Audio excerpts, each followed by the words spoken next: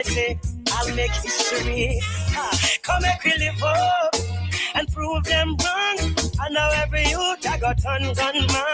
Live up, get the youth be strong. The whole of we are star, we are champion. Nothing else sounds as good as WEFM, the clean, fresh sound. WhatsApp us or call us at 457-9997. Activated Mornings on WEFM 99.9 is on now.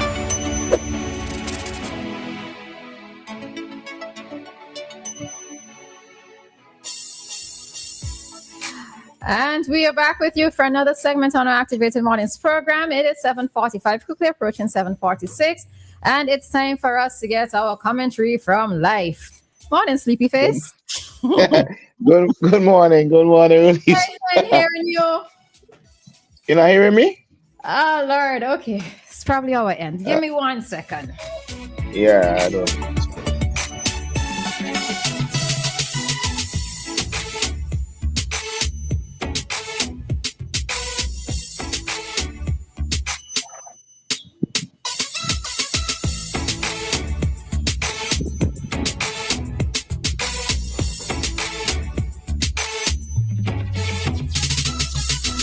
All right, so let's see. Lyf, hearing us? Hello?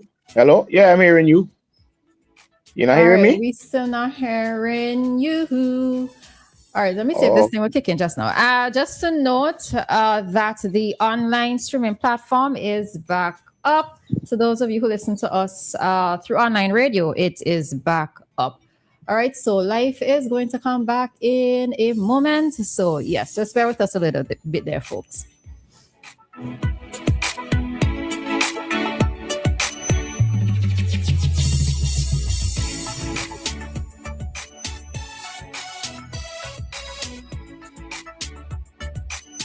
Hearing me now? All right, let's try again. Lyf, morning. Hey, good morning. Still Hello? not hearing anything. Still not hearing. Oh, okay. I don't know. I'm hearing you, but I hear you quite fine.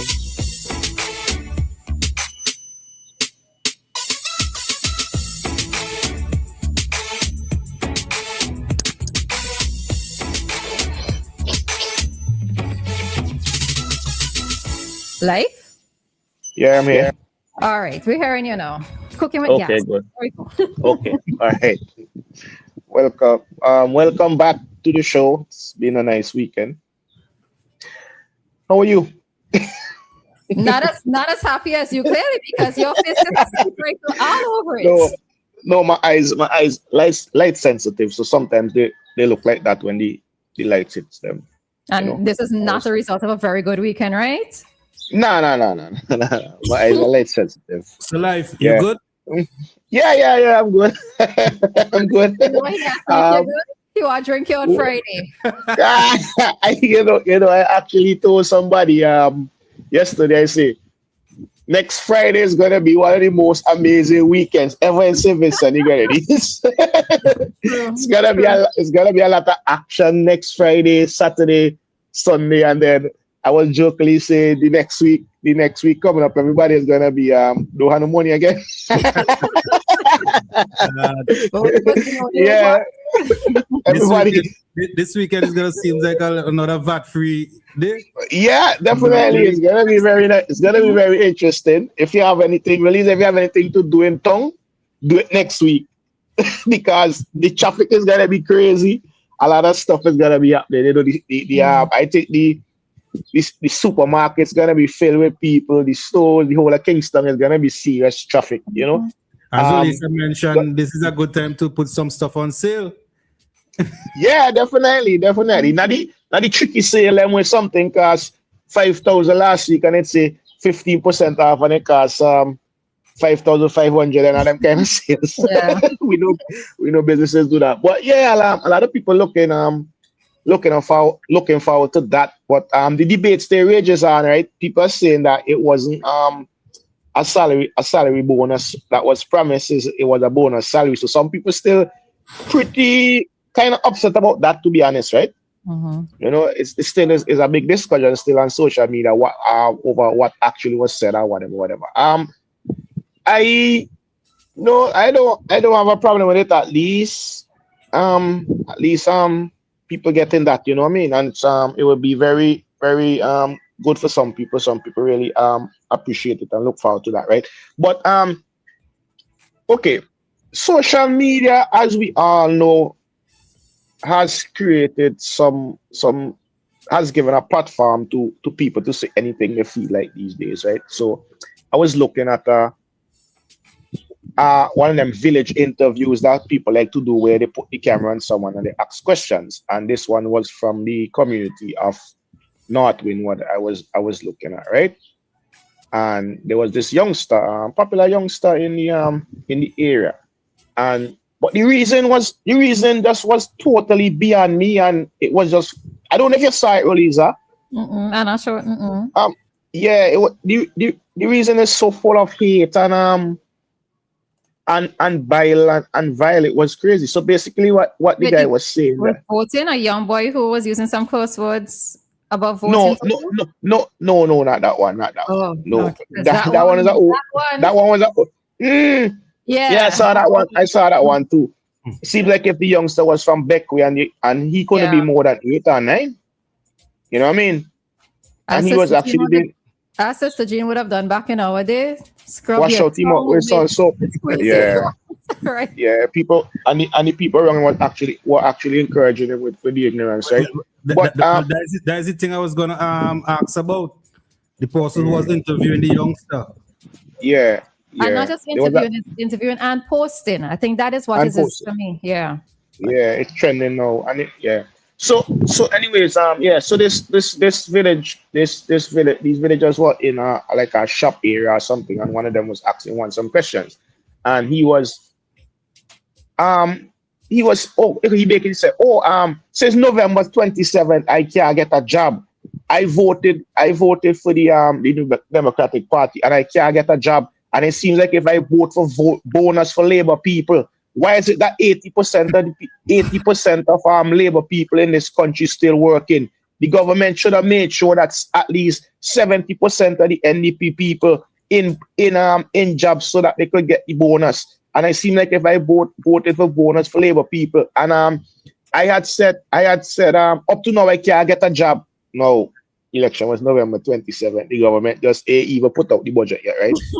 He said, up to now, I can't even get a job. I don't understand why 80% of Labour people still working in this country. And I voted for a job, and they gave my representative some stupid ministry for old people. She can't do nothing for we. She get old people. She had the old people. We vote for job. We vote for poor relief. We don't want no poor relief. We want jobs, and and it's like I vote for Labour people to get the job. So then the guy says to him, so what are your qualifications for a job? And he says, I'm a driver. and I said that I wanted to start a sporting program to teach the youngsters to play football, And if I could have voted again next week, I would have voted for Labour. I could vote for Labour for spite, and and so that basically he's thinking that because he voted for this government that everybody who voted for Labour should be fired, and then the people who voted for NDP should be placed in the positions, right? And he's saying since November 27th last year he can't get a job. He thinking he would have already been in a job or whatever, right? Now, I bring this up to say this, right? People have to be very careful when they're talking about victimization and who to fire from who to fire, because you do not know who people voted for. And because of the result, it was a 14-1 overwhelming victory by the New Democratic Party. So that means that people who you thinking were voting for the Union Labour Party were actually voting for the NDP. So when you're calling on people to be fired because you're assuming that they are Labour Party supporters, you have to be very, very, very careful with that, because the results of the election, the numbers show that is not the case. And if you listen to the opposition leader speak regularly, he says that, listen, people voted for a bonus salary. Public servants voted for a bonus salary. Listen to the words carefully. Public servants and civil servants voted for a bonus salary. So they need to give it to them. So what he's actually saying is that a lot of public servants and civil servants did not vote for the Unity Labour Party. You understand? But there we have people, and it's not just this youngster from Northwind who's calling on voters of people who voted for the Unity Labour Party to get fired. There's a lot of people on social media. How people knowing who people voting for is strange, because the numbers are showing that overwhelmingly the people voted for the New Democratic Party. So who exactly are you going to fire? Who are you going to fire? You're gonna fire people who voted for you thinking that they voted for the Unity Labour Party when you're talking about victimization. That is why it is so hard for this new administration or anybody attached to the new administration to say we're going to fire people who voted for Unity Labour Party, or we have Unity Labour Party sabotaging, people sabotaging this or sabotaging that, because the numbers doesn't show that. The numbers show that the overwhelming voters, somewhere close to 10,000 people, more than last time, voted for the New Democratic Party. So people have to be very, very, very careful. And people have to understand that politics don't work like that. You just can't say we have a government change and then we fire all the civil servants and the public servants and install new people in the jobs, because like what that it's not that simple. You know what I mean? But I was kind of surprised because I know the guy well. I know him very well. Talented footballer. I think he once played for the national team and what's not. So I was kind of like surprised to hear him speak like that, right? And a lot of people were endorsing what he was saying. And another guy did a video and said, he seems to be right because it's all the labor people them getting bonus next week, and we again a bonus because we don't have no job. So this bonus creating plenty problems, right? Creating plenty problems. You gotta be very careful. But I know you give me a time limit of 8 o'clock today, right? But I just want to say something. Over the weekend, I went to the Southern Grenadines on a tour with Minister of Housing Andrew John and parliamentary representative for the Southern Grenadines, who's also the Minister of Grenadines Affairs, which is Mr. Terence Oliver, right? And we were touring the Union Island, checking out this housing situation in Union Island, Mairo, and Canawan. And I just want to say this, right? I learned a very valuable lesson, right? Perception is something else. Perception is something else, right? And I will encourage people that they should not just listen to what politicians have to say and take their word for it all the time. You need to, when a politician says something, you need to not just swallow it just like that. You need to go out and investigate and see things for yourself, right? Because after burial, the months leading up to after burial, right? I went to the Southern Grenadines a lot of times, not on my own, but with people, officials responsible for the rebuilding process. And what I was seeing then is not what I'm seeing now. A lot of the things I saw over the weekend, I have never seen before, and I went to the Southern Grenadines probably like between 15, 20 times, if not more. And the things I saw on my rest, especially, I've never seen before. There's still people living in tents. The hurricane season is fast approaching as usual. There's still people living in tents. There are structures that just went up, but that's all was there, just structures. No fittings inside, nothing, whatever, you know what I mean? And I wouldn't like to be I wouldn't like to be part of this new administration at all. They have a very huge job to do in the Southern Grenadines in relation to a lot of things, especially housing. You know, the jetties, the wharfs, the main jetties and wharfs on these islands, they need especially in Mayo, it needs a lot of attention. To me, like seems as things that could just like collapse at any minute. Just for like some big vessel to like land around there. You know what I mean? These islands need a lot of attention. And as I said, it's all about perception, right? Sometimes you need to just go and look at things for yourself, right? I know we are basically a struggling economy, a third world economy, and the money is not always available to do everything that needs to be done. But politicians need to just come out and say, listen, we don't have the money to do this. We know it bad, but we don't have the money. We're trying to get the money. You understand? And I think this new administration will have has a lot of work to do. I don't know where the funding is going to come from because we're seeing like one of the main things that they were talking about, which is CBI. I think that is basically in a lot of problems these days. I don't know how that is going to play out. You understand? They had people from the World Bank touring the Southern Grenadines last week. So I think that some of the financing for certain projects needed down there might come from them because they saw firsthand. But yeah, housing is a big problem down there. There's still 700 people from these islands in rented accommodations on the mainland being paid for by government, right? And from what I understand, the bill is something like $1 million a month to pay for all these people. Oh. But they can't really stop because like some of these people have nowhere to go back to. Some of them not working as usual, you know. So it's a monumental task. They have a monumental task on their hands. Trust me. I've seen it for certain. Well, you said you went to Myro. Myro, Union Island, and Canawan.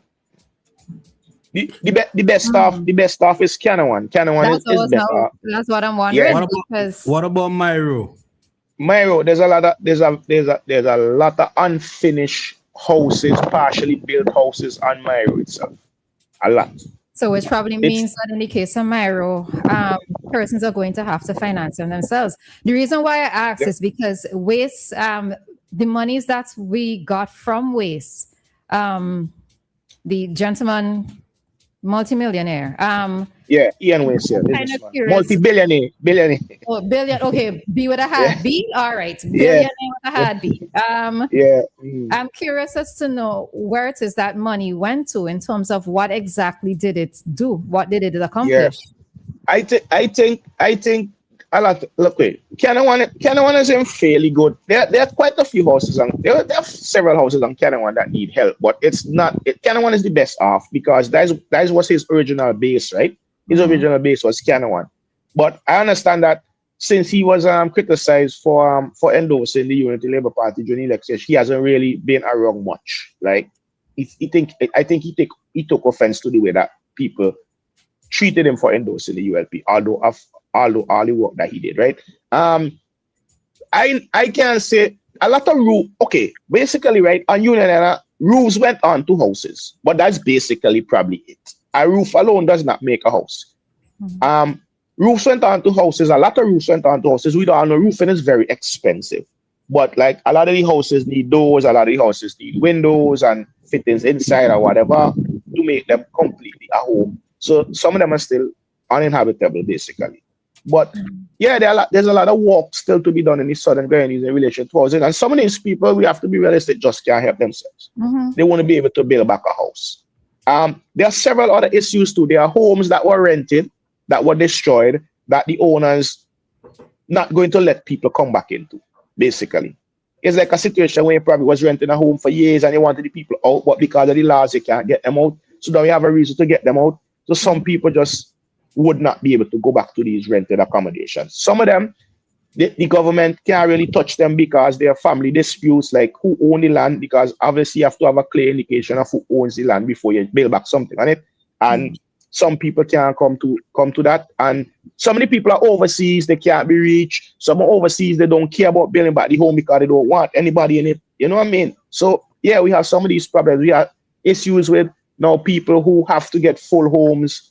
They don't have the land space to build them. So there's a lot of issues. And I said the government has a monumental task ahead of them in relation to dealing with this. So it will be very interesting to see how they deal with this, right?